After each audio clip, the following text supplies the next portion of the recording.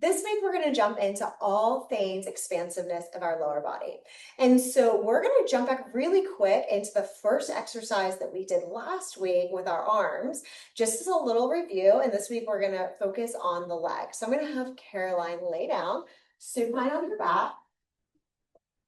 She's going to relax into the floor. So again, you can start your dancers taking several breaths. You could do this as a whole body series, but just as a quick review in case you didn't see last week's, or in case you're like, oh, I'd love to see it again. This time we're going to really focus the energy on the legs. So she is going to relax in. I'm going to grab one of her legs while she's relaxed. I'm going to reach it, give it a little bit of an extension while she's relaxed. And we're going to try to find expansiveness in our hip, her knee, and her ankle joint. So anything I can do to just help her find that reach, and then lower. And then we'll go to the opposite leg. We'll help our dancers find a gentle reach, nothing crazy, and then we'll lower. Now they're going to start to find that expansiveness on their own. So Caroline's going to start with her right leg. She's going to try to just find the energy away from her hip, through her knee, out of her ankle, and elongating that leg. So right now that leg's a couple inches longer than the other one, and then she's going to relax. Now she's going to take the other leg and she's going to find the same expansiveness through that relaxation, extending it through the hip, through the knee, through the ankle, reaching, and relax. So we'll do those exercises a couple of times on each side until you see your dancers really finding that space in all their joints, really finding that reach, and really finding that expansiveness.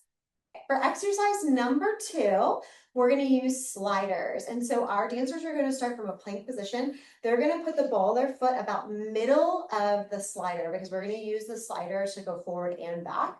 So if they're too close to the edge, they might lose access to the slider.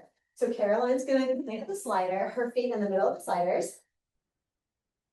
Nice. And she's going to come down to a plank position. Awesome. Now, we don't want to stretch our feet so much that we lose access to the slider. So Caroline, from the strong plank, and press even more into my hand. Nice. Very good. She's going to start to press the ball of her foot down and reach her toes back, sliding those sliders back. And then she's going to start to use the same energy to draw the sliders in. Good. And one more time, pressing the sliders back. Nice. And drawing the sliders in.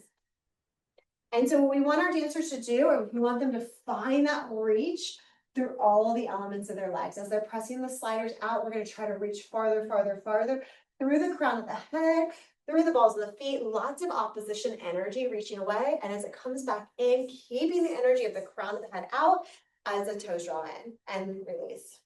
For this next exercise, we're going to bring our dancers to the wall in a prone position. So they're going to be laying on their belly.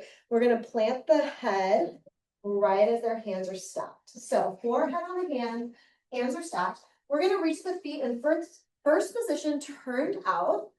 And she's going to just be able to graze her toes. So she is stretching her feet completely from this first position.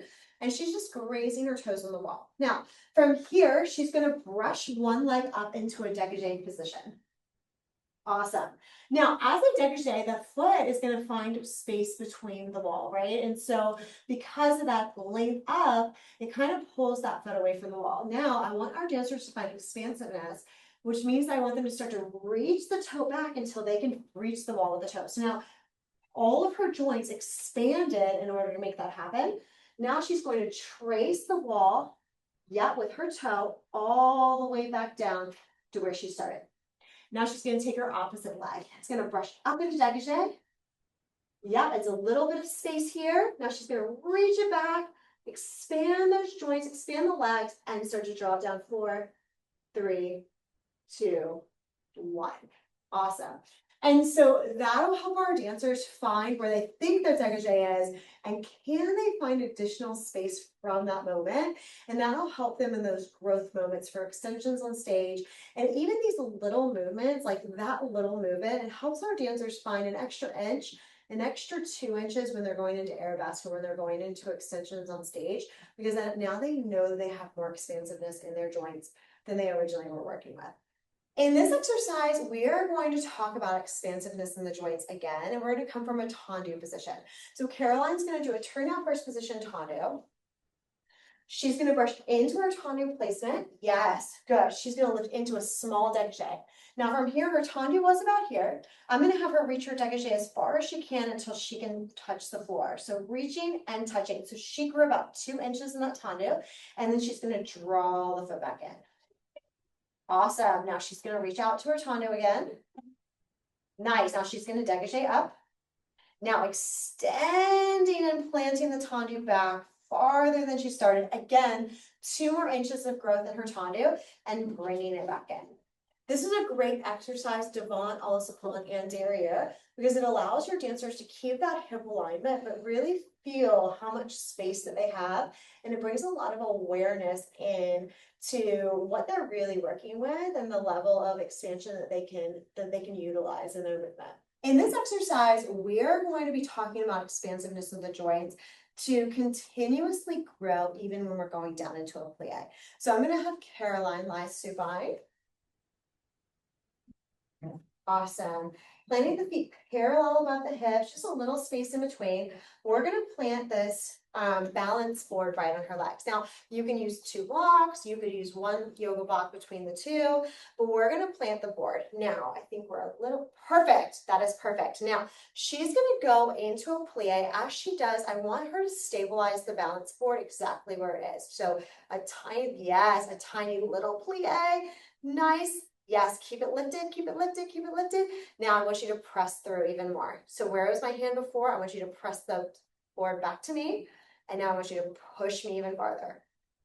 Yes, good. I feel that pressure. Okay, a little more flex. Now this time, bring the toes down a little bit. There. Now this time as you plie, I don't want the board to leave my hand. So plie, but keep the feet pressing up towards me. Tiny little plie. That's perfect. Now I want you to push my hands away. Good, even more, lengthening the black panel through the green panel. Awesome. A little more extension, and release. Good. And so this exercise will help wherever the board is starting.